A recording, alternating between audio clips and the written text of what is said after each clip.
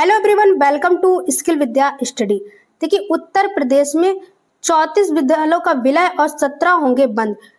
शिक्षक भर्ती का तो पता नहीं, 8 सालों से नहीं। विद्यालयों का जो विलय है और बंद होने का कार्य है वो जोरों से चल रहा है उत्तर प्रदेश में।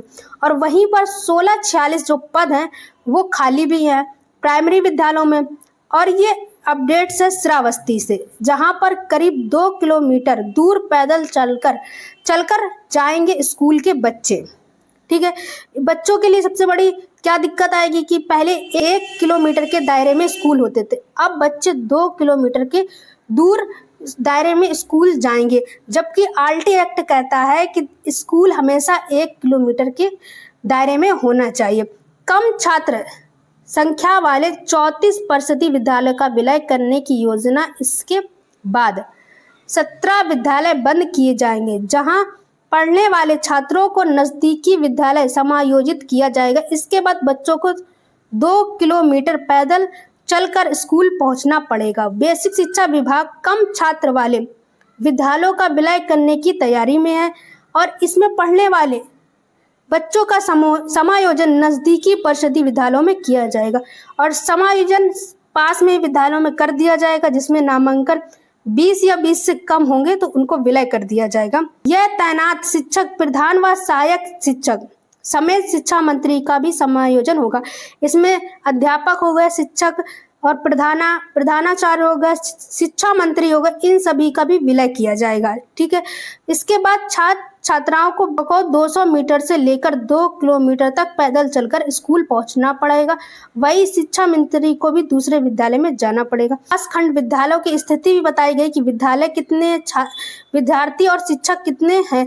देखिए, इकोना में 10 और 300 विद्यार्थी और 19 शिक्षक हैं। सिरसिया में 4 हैं, 207 विद्यार्थी और शिक्षक हैं यहाँ पर 10। उसके बाद गिलौला में 7 हैं, 275 और 220 और हरीर पुरानी में 13 हैं और 509 और 32 हैं जो शिक्षक हैं। दूसरी अपडेट्स है यहाँ पर कि प्राथमिक विद्यालयों में 1646 शिक्षकों के जो पद हैं वो खाली हैं और ये बैराज से जहाँ पर शिक्षकों के जो पद हैं वो 1646 हैं, यहाँ पर खाली है।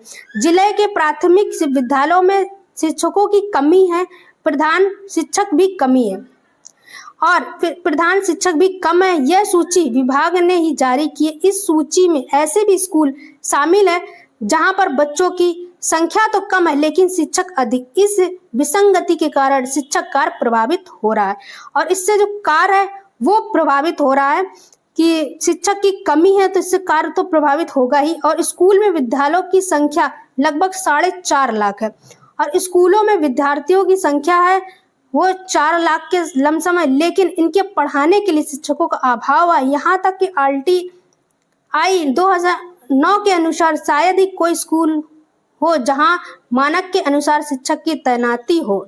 जिले में शिक्षकों की स्थिति को देखते हुए सूची जारी की गई। इस सूची के अनुसार जिले के प्राथमिक विद्यालयों में 1646 सहायक शिक्षकों की कमी है और वहीं 277 प्रधान शिक्षक भी कम है।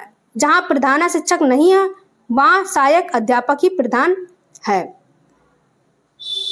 और शिक्षक का कार्य देख रहे हैं। ऐसे में मानकों को देखा जाए तो प्रत्येक स्कूल में 25 बच्चे पर एक सहायक अध्यापक और 60 विद्यार्थियों पर 200 से विद्यार्थी पर 3 और 150 विद्यार्थियों में पर 5 शिक्षक होने चाहिए, लेकिन ऐसा नहीं है।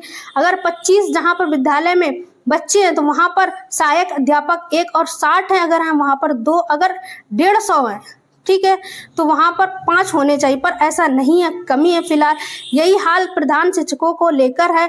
वहीं पर 150 छात्र संख्या तक एक पूर्वकालिक प्रधान शिक्षक होना चाहिए जो शिक्षण कार्य में अतिरिक्त प्रशासनिक कार्य भी करेगा, लेकिन यह तो सहायक अध्यापक ही सब कुछ कर रहे हैं। इससे शिक्षण कार्य पूरी तरह से प्रभावित हो रहा है। इससे संबंध में BCA आशीष सिंह ने बताए हैं कि मुख्यालय स्तर पर सूची जारी हुई है, आदेश आएंगे तो विसंगति दूर की जाएगी। जैसे यूपी के जो स्कूल हैं वो लगातार विलय और बंद किए जा रहे हैं। तो मेरे चैनल में आपको सारी अपडेट्स मिलती रहेगी यूपी से रिलेटेड और BPSC से रिलेटेड, तो चैनल सब्सक्राइब करके बेल आइकन को प्रेस करना ना भूलें। Thank you for watching the video और चैनल सब्सक्राइब